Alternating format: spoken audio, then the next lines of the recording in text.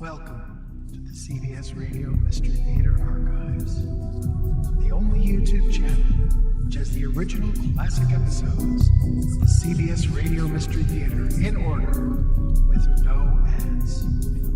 Thank you for listening, and now, enjoy the show.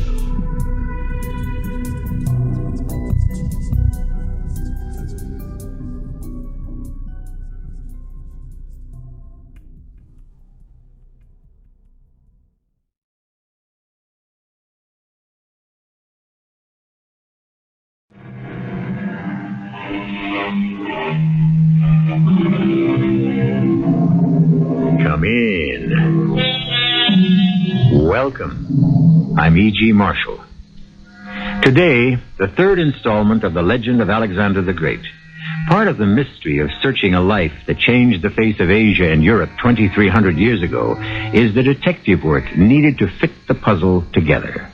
Fortunately, we have such excellent reporters as Plutarch, the orator Demosthenes, who spoke at the time, and Aristotle, who taught at the time. All predict that the world would never be the same again. Alexander proved it.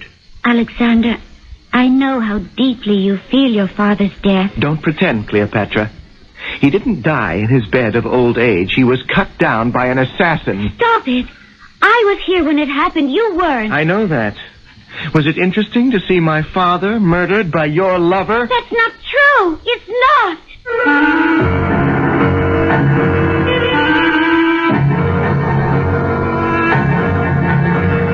Our mystery drama, Divide and Conquer, Part 3 of The Legend of Alexander, was written especially for the Mystery Theater by Gerald Keane and stars Russell Horton.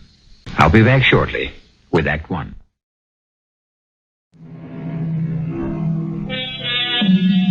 Philip of Macedon has just been stabbed to death. His 20-year-old son, Alexander, becomes king. All his life, Alexander has tried to mold himself into the likeness of his father, but he could not. The young Alexander was always serious. Whatever he undertook, it was without a smile. In his heart, however, he longed to be the reckless, life-loving super soldier his father was. Now that he's no more, Mother, do you think about him? I mean, how often do you think about Father? What a question, Alexander. How often? There's only been 2 days. The funeral rites haven't yet been performed. Only 2 days dead, is that all? I thought it was 2 centuries. Every hour stretched for me into an eternity of pain. My dear boy. My dear son. Alexander, you are a king now. Yeah. I almost forgot. I won't set much of an example if I'm as maudlin as a woman. It will pass, son. Everything does. If I were more like him, I wouldn't feel this way. But I'm not. I don't have his sense of humor, his ability to enjoy life. Your father enjoyed it too much. Mother, do you remember Strabo, the barber who used to come to court and cut Father's hair and trim his beard? That little man who talked so much. Yes. Well, one time he was here chatting away, and he said to Father, "How would you like your hair cut, King Philip?" And Father answered, "In silence." He was a witty man. I'll miss him in so many ways. Yes. Your father knew how to put people down. And build them up. He'd single out the archer whose arrow reached an enemy's heart at the greatest distance. Or he'd congratulate the man who wound the twine of our strongest catapult. Even the woodcarver who cut the spokes for the chariot wheels. I know. Any man dedicated to help Philip in war, he admired. And rewarded. And now it's my turn. Pick up where he left off. Either attack Athens or force them to their knees. How would he have done it? Oh, I thank Zeus. The Philip of Macedon you can never be. I know that. Everyone loved him. I'm thinking of him up there now on Mount Olympus talking to Zeus. You know what Father's probably saying? Alexander. You know, old man, my wife always said that you came down to Macedon one night and sired my son, Alexander. Tell me, Zeus, is there any truth in that? Alexander, that is sacrilegious. If that's what you call emulating your father's wit and sense of humor, you've got a long way to go. Mother, You know that was always a touchy point with him. And as for humor, if Father were here today, he'd ask his arch-enemy Demosthenes to come up from Athens and speak the funeral oration. He would not. Who could do it better? But I wouldn't give that Athenian the satisfaction of knowing Father was dead. Let him wait until the whole world knows Philip has left Macedon forever.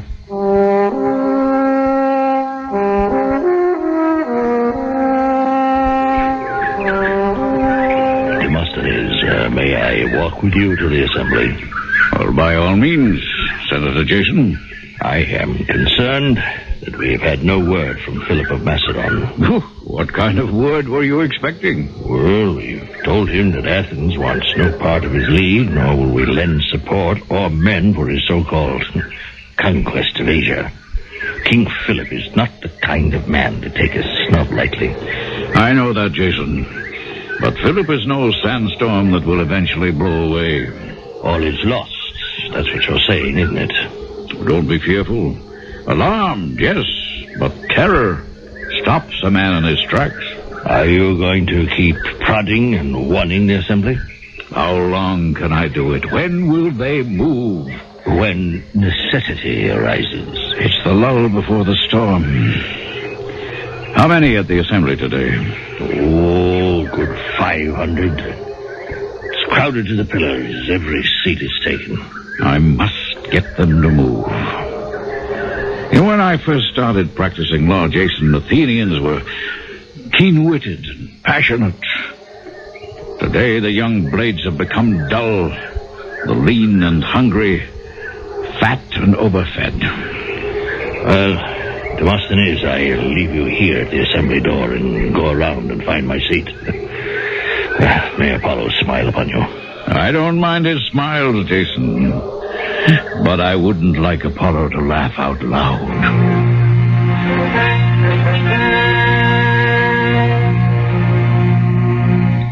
Fellow Athenians, when will you do your duty? When Philip is at our gates? I asked Senator Jason a few minutes ago when he thought the assembly would act, and he said, when necessity arises. I say to the free man that is today, the greatest necessity is the shame in which he finds himself. The honorable senator tells me you'd like to know the latest news. What greater news could there be than that a man of Macedon is arming himself to the teeth to defeat Athenian troops? Demosthenes. Excuse me? Demosthenes, news from Macedonia. Philip has been murdered by a cousin of the Queen's. Friends, listen to me. The news is King Philip is dead. But he is not dead in you, fellow citizens.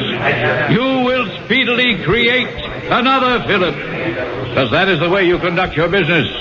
For it was not his own energy that exalted him as much as your neglect. Philip is dead. I ask for respectful quiet. The man was formidable. He deserves our respect.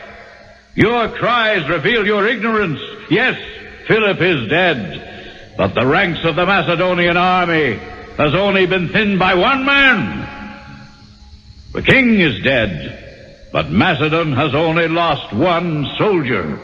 Not even that. Explain, Demosthenes. Jason, my fellow senators, I said not even lost one soldier. For another has sprung up in his place.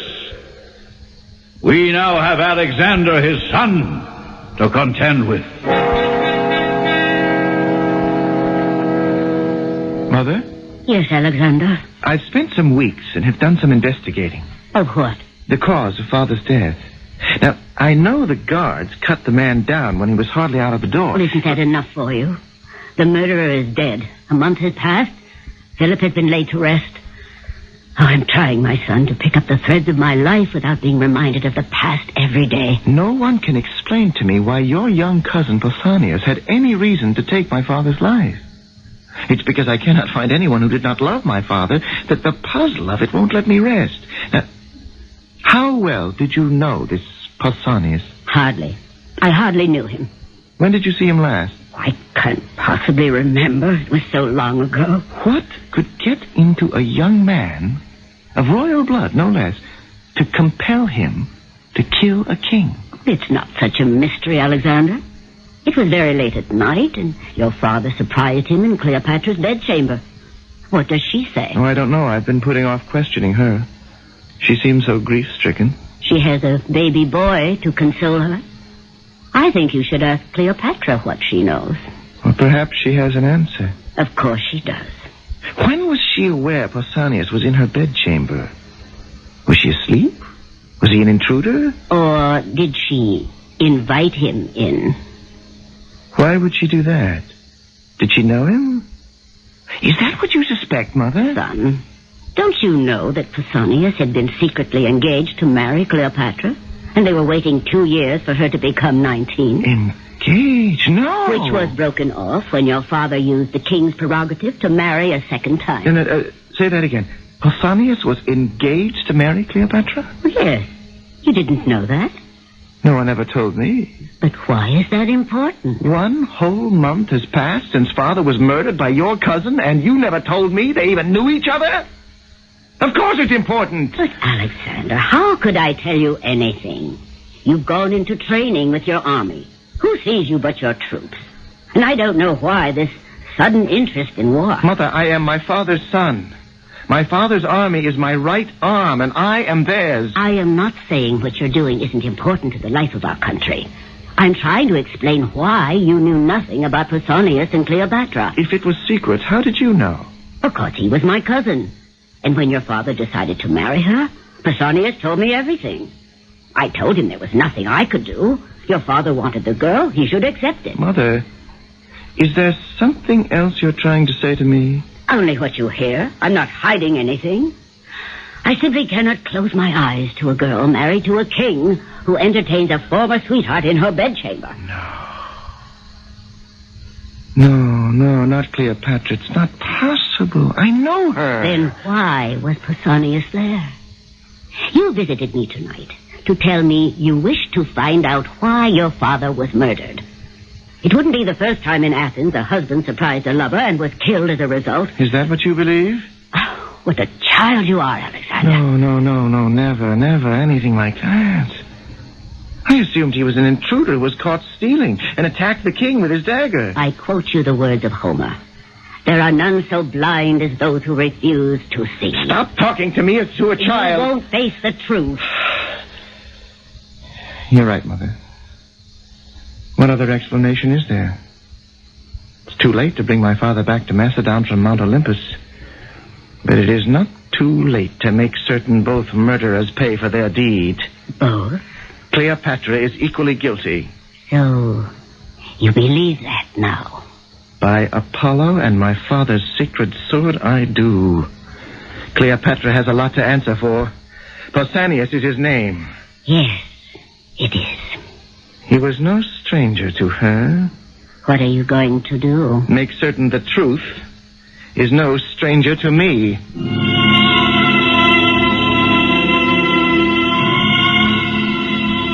Only in the house of Macedon was there grief at the death of King Philip. The rest of the world rejoiced. In Athens, a garland of flowers was placed upon Demosthenes' head as he delivered an oration praising Pausanias for killing the king.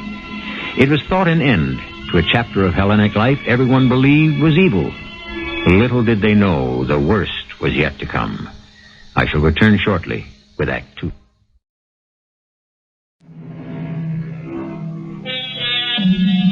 Alexander, the boy king, solemnized his 20th birthday after his father was interred. But he had little to celebrate.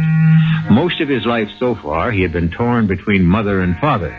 But it was towards his father, the king, the extraordinary military man, that Alexander's true affection lay, which is why he was driven to discover the truth of his father's death. Cleopatra? Are we alone? Except for the baby, but he's asleep. I'm glad to see you, Alexander. Are you? You've hardly said 2 words to me since... Since what? Do the words stick in your throat? Since the death of my father, your husband? Oh, I beg your pardon. Not the death, but the murder of your husband. I thought you came here to... What did you think, Cleopatra? Say it. I don't understand you, Alexander. Cleopatra, did you know my father at all? Was it all a game to you? How could you do it? Alexander, if this is why you came here, I ask you to leave. My baby is in the next chamber. If he wakes up, How is your son? Well, my father had 2 sons by 2 women. One of them, at least, should be well and happy. Oh, Alexander, I know how deeply you feel your father's death. Don't speak of it as if he died in his bed of old age. He was cut down by an assassin. Yes, I feel it deeply. Why? Don't you? Stop it. I was here when it happened. You were not. I know that. Was it interesting to see my father murdered by your lover?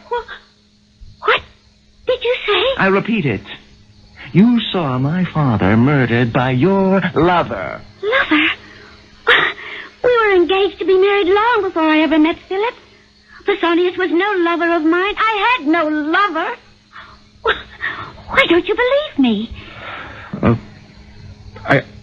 I do, Cleopatra. I'm sorry. I spoke without knowledge. Who told you such a story? Someone. Do I ask too much to know from whom you heard it? My mother told me he was your lover. Why did she say that? It's not true. I was betrothed to Pausanias, yes, but we kept it a secret. How could she have known? And to make up such a vile story. He was my mother's cousin. He must have told her when my father decided to marry you. It's all too much. Your mother, you, a story that reeks of lies. Alexander, you don't know what happened that night. You couldn't begin to imagine the horror of it. My good, sweet friend, Pausanias, visited me. We were children together. And then, suddenly, Philip comes into my room making horrible accusations. My baby is crying. I go to him. I lift him up to comfort him. And Philip goes mad. He beats me and my baby about the face. Of course, then, I mean, how could Pausanias stand there and do nothing? My dearest, only friend, Pausanias. It was too much to watch me, the baby. And so he stabbed my father. To defend me, to protect the baby.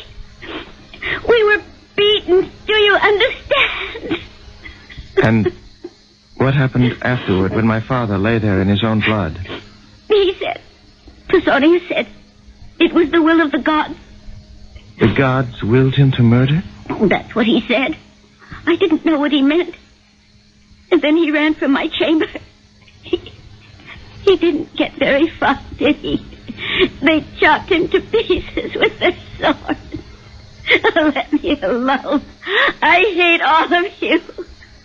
Cleopatra, I'm going now. If I ever suspected you had anything to do with this, I ask you to forgive me. It's yourself you have to forgive, Alexander. I hope you can.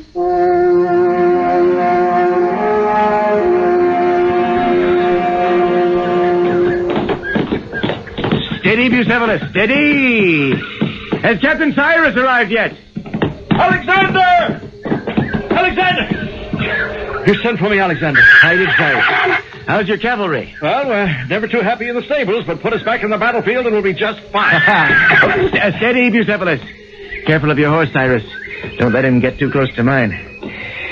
I sent for you, Cyrus, so that we could talk on horseback without being overheard. Yes, you're right. It is a very delicate matter. Now, have you been able to verify what you told me yesterday? I have.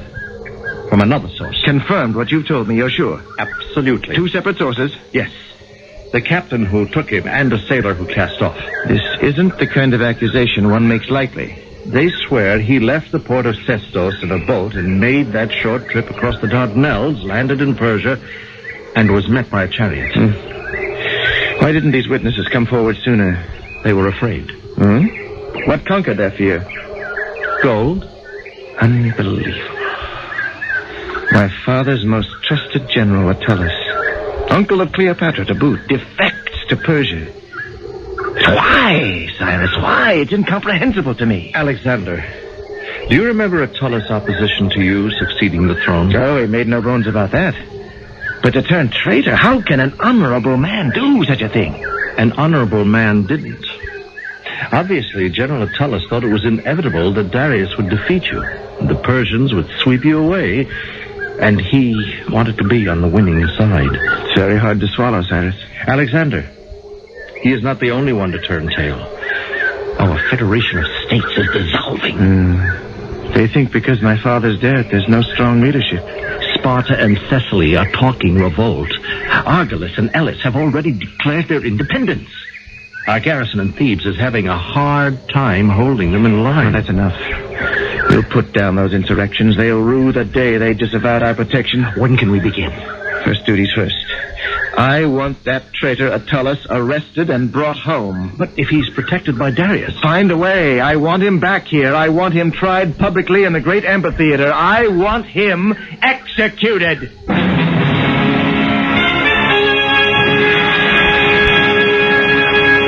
Attalus? Is that all you have to say in your defense? I have nothing to say. Nothing, he says, this great general. Old friend of my father's. New enemy of his homeland. Do you plead guilty? Do you plead innocent? What were you doing in Persepolis when our rescue mission found you? No answer. I'll answer for you. You were in one of the rooms they gave you in that Persian palace, studying a war map you'd stolen from our army, planning how to help the Persians ward off my attack. Isn't that so? Answer, Attalus! I have nothing to say. Attalus, your crime is rank. You have betrayed a trust. Judges, citizens, there can be but one punishment for a man so loosely bound by honor. A man whose hands are unclean, whose arms have embraced the enemy, whose legs have run as fast as they could carry him. Citizens, he has no further use for the limbs and the body he was born with.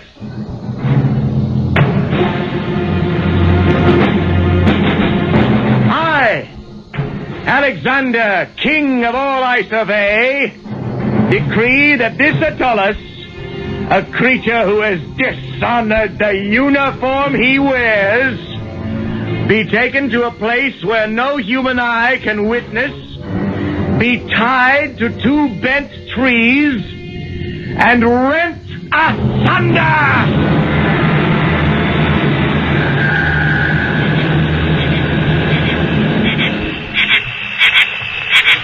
Cyrus, what do you estimate is the strength of the army of Thessaly?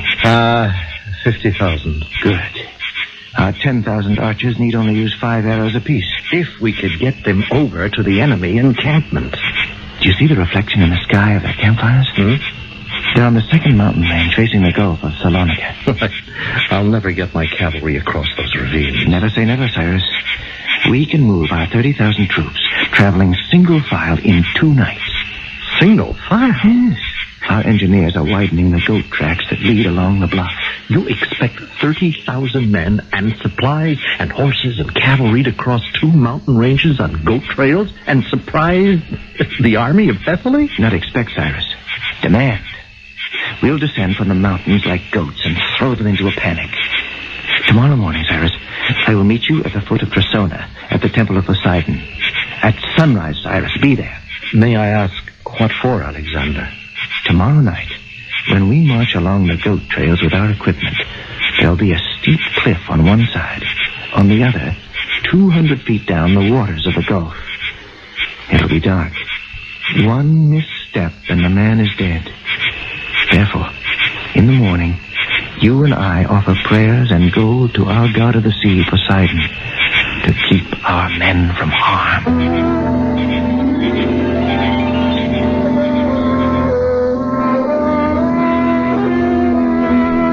Will you tell Senator Jason I can see him now?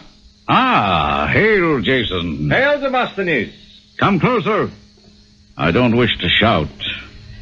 I have a feeling I'm being watched. Jason, have you news yet where Alexander is now? Our spies have lost track of him. They've lost track of 10,000 men? Lost track of 30,000. All we know is they were heading for Thessaly and moving very quickly along the cliffs facing the Gulf of Salonika. 30,000 men can disappear into the mountains? This Alexander plays war games differently from his father. We could always find him on an open field. If he takes Thessaly, he'll then go on to Thebes. And Thebes is only 2 nights' march from here. Oh, you don't have to convince me he's dangerous. I must go. I'll keep you posted. Don't fail me, Jason. The Assembly regards me as an expert on Alexander. But I'm anything but that. Demosthenes, who is?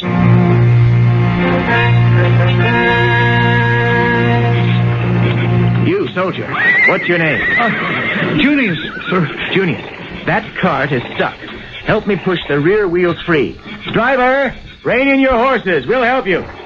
Oh, Cyrus, can the men march by here? They can crawl around that cart. Junius, you take that back wheel. I'll take this one.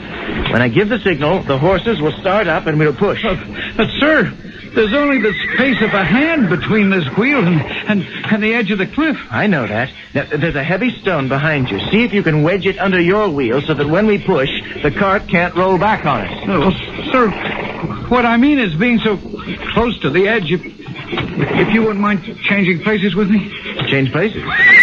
Do you know who I am? Not exactly, sir. I know you're my superior officer. You don't think it's insubordination asking a superior officer to take the more dangerous place? Not if he doesn't mind, sir. In battle, we fight together. I give my life for him, and he gives his life for me. Would you ask the king to change places with you? Oh, no, sir. I'd sooner die than that. Driver, we're changing places back here. Keep rein on your horses, and when I say go, start them up. Yes, Your Majesty. Are you the king? Never mind that. Change places, hurry. You are King Alexander. Change places with me, hurry. This cart of supplies has to move forward. No, I couldn't, Your Majesty. I'll stay here and push the outside wheel. Forgive me, I didn't know. Just give me the word and I'll do what you command. Are you sure? I beg you. Let's push the car now, Your Majesty. Oh, no. I can't. I'm dizzy. I can't.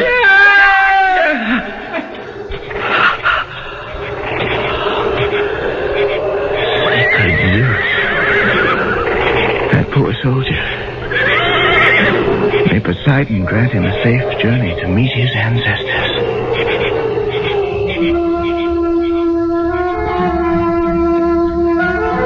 I quote from the famous Athenian Xenophon. On campaign, the general must show he can bear better than his men the heat of the sun in summer, the cold in winter, and hardship on a difficult march.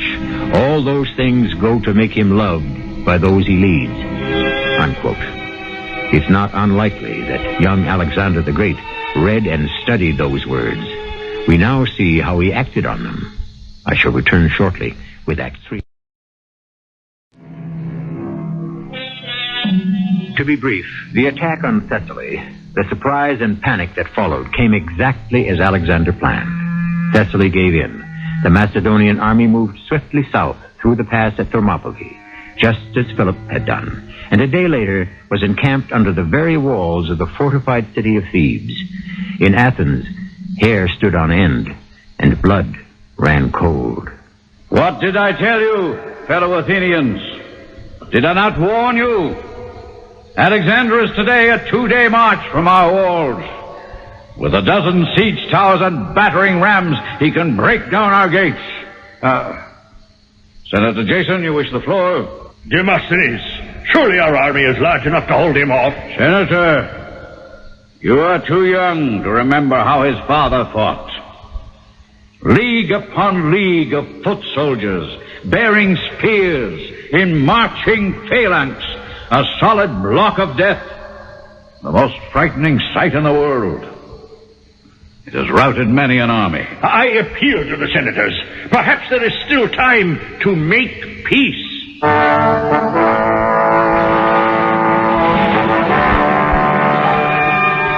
Who is it?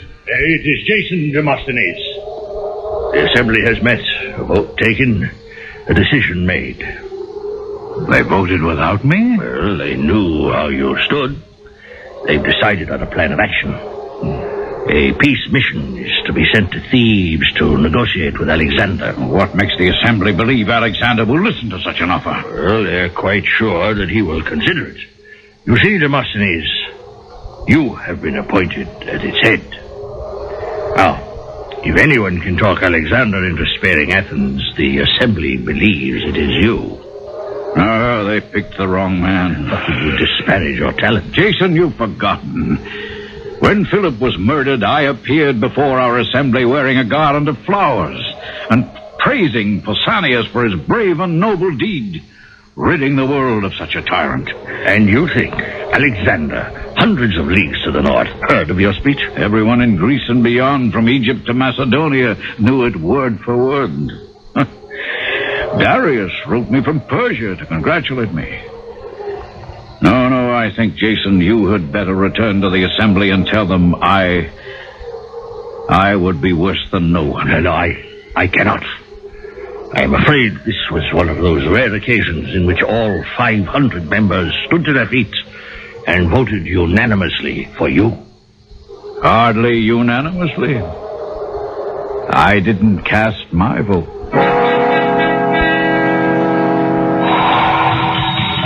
Men of Macedon, I expect all to be in readiness for our attack upon Thebes by the time the cock crows. I will move among you wherever I can be useful. You! Lusolus! Let me feel the edge of that sword you're sharpening. No, not nearly smooth enough. It must be able to cut through leather. This side is rough. Feel it? You there! Supplies! Let me have a look in those amphoras. Why, these jars are half filled with water. Sloppiness and laziness will have none of that. Now, I know a half-filled jar is lighter to carry. Silas! Is that you over there? Come here. Yes, sir. Soldier, our men need all the water we can bring to them, not less. Cyrus? Yes. Take this man in chains and have him left behind our lines to die. Yes, Alexander. Put it over here. You, Rebellious, fill these amphoras to the top. Men's lives depend upon supplies. I don't want anyone to forget that. Ah, yes, this catapult rope looks well braided and strong. Nice work, Pius Homerus. Give it another twist. Now, let me feel that rope. Good. It's not straining. We ought to be able to heave some fine, heavy boulders at Thebes with this. Oh, better yet. Hey, what say you, Pius Homerus? A cauldron of burning pitch. We'll make it hot for them. You there, Crates! Make sure that bronze prow is riveted solid to the front of the battering ram. Give me your hammer. I'll show you the way to drive the nails in solidly. Not short jabs, Crates, but this way. Slow. Strong. Even blows. Here's your hammer. I shall be around camp again in 3 hours, and I expect our war machine in complete readiness.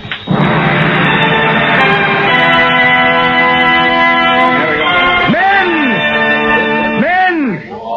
We've equipped 4 siege towers with catapults to throw boulders and cauldrons of burning pitch and brimstone. At the signal, these will be shot over the Theban walls.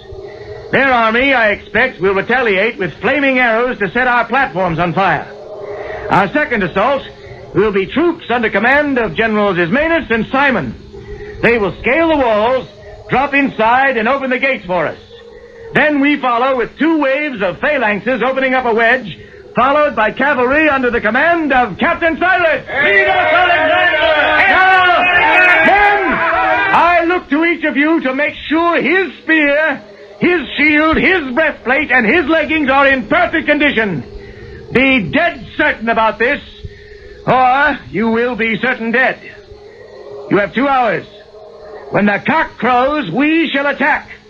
The only possible change in plan would be if Captain Cyrus gives us new information. Apollo be with you!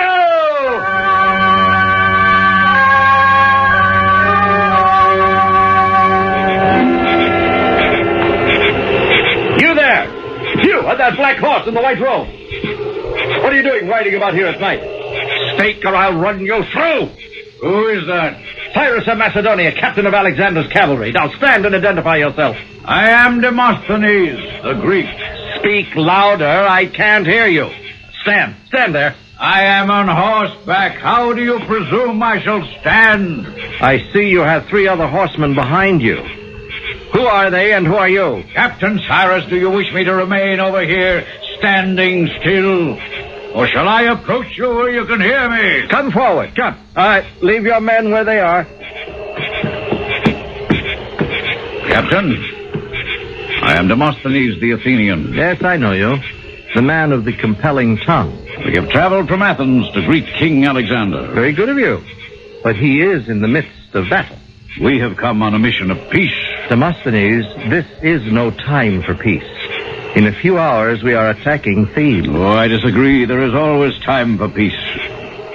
Will you take us to Alexander? I will not. Oh, come now, dear cavalry captain. Be not so foolish. A truce with Athens will be of great advantage. That may be.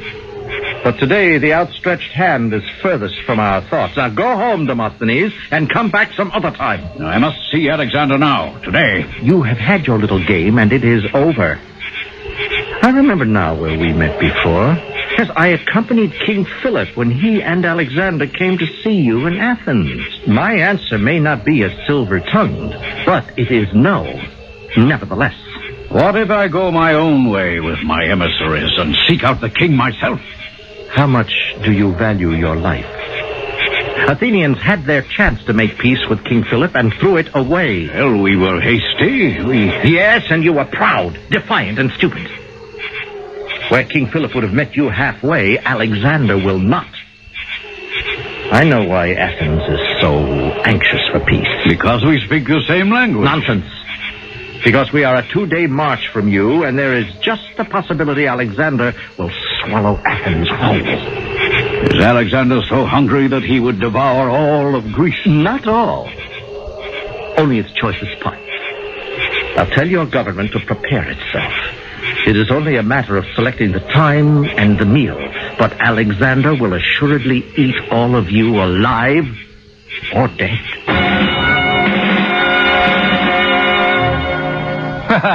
Don't tell me, Cyrus. The 4 of them, Demosthenes and his 3 little peace missionaries, turned around and left you. Alexander, they couldn't leave fast enough. Now, one of them rode straight into a tree. Oh, so you can mark up that the first Athenian casualty occurred in the woods outside of Thebes. It's all too late. Demosthenes is a great man, Cyrus. I wish you were Macedonian. Well, we have as great in our country. One can always use a man of vision. Imagine sending an orator to effect truce. No, the Athenians selected well. They know I admire men of thought. I admire his reasoning and his eloquence. But it is too late for that. Actions must now speak louder than words. Cyrus, it is time. Fellow soldiers, are we ready? Wait! King Alexander, wait! What is it, Cyrus? The gates of Thebes are opening! Look, an officer on a horse carrying a white banner! Have him brought to me!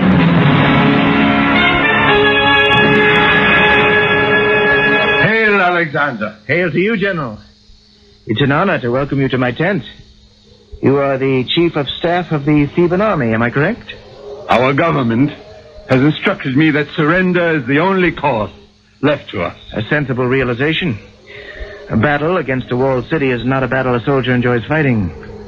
Thebes was the first city-state to revolt after my father's death.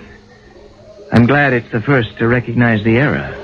King Alexander, I lay this banner at your feet to formally tell you Thebes will rejoin your confederation. The troops may be disappointed you don't wish to defend yourselves, but that's the game of war. You like war, Your Majesty. General, I enjoy it. Too bad. You may enjoy less of it now that we have surrendered.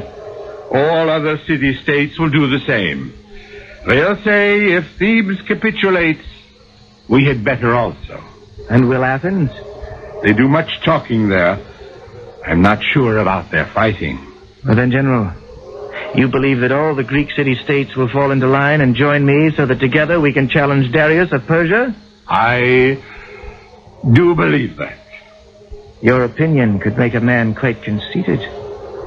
How do all those city-states know I can wage war and win? Their only experience has been with my father. He subdued them. They will come to realize it, King Alexander, as we have. And I'm only beginning. Do you know? I've just turned 21. Your Majesty, let me take the wind out of your sails before conceit capsizes you. You have courage, and you know the art of how to divide and conquer, but you have much to learn. So speaks the commander-in-chief of a capsized country. Why did you bring me this white banner if you were not afraid? King Alexander, it is not you we honor and fear. It is your soldiers.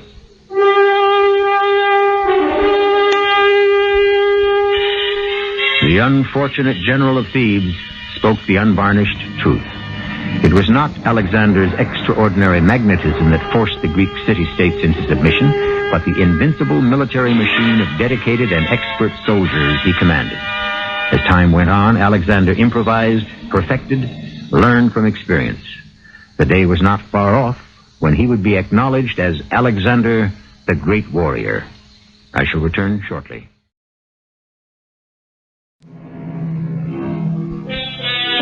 The next in our 5-part legend of Alexander finds him at Delphi consulting the oracle as to the moment to launch an attack on Persia, a country whose army outnumbered Alexander's 100 to 1. One man does not decide lightly or alone whether to commit engagement with death by 1 million men on the battlefields. What the oracle advised would decide forever the face of Europe. Our cast included Russell Horton, Earl Hammond, Evie Juster, and Ian Martin. The entire production was under the direction of Hyman Brown. I hope you enjoyed this episode of CBS Radio Mystery Theater. If you've enjoyed this and want to hear more, please subscribe to this channel. You can also visit my other YouTube channel by searching Mr. Brian McCarthy in the YouTube search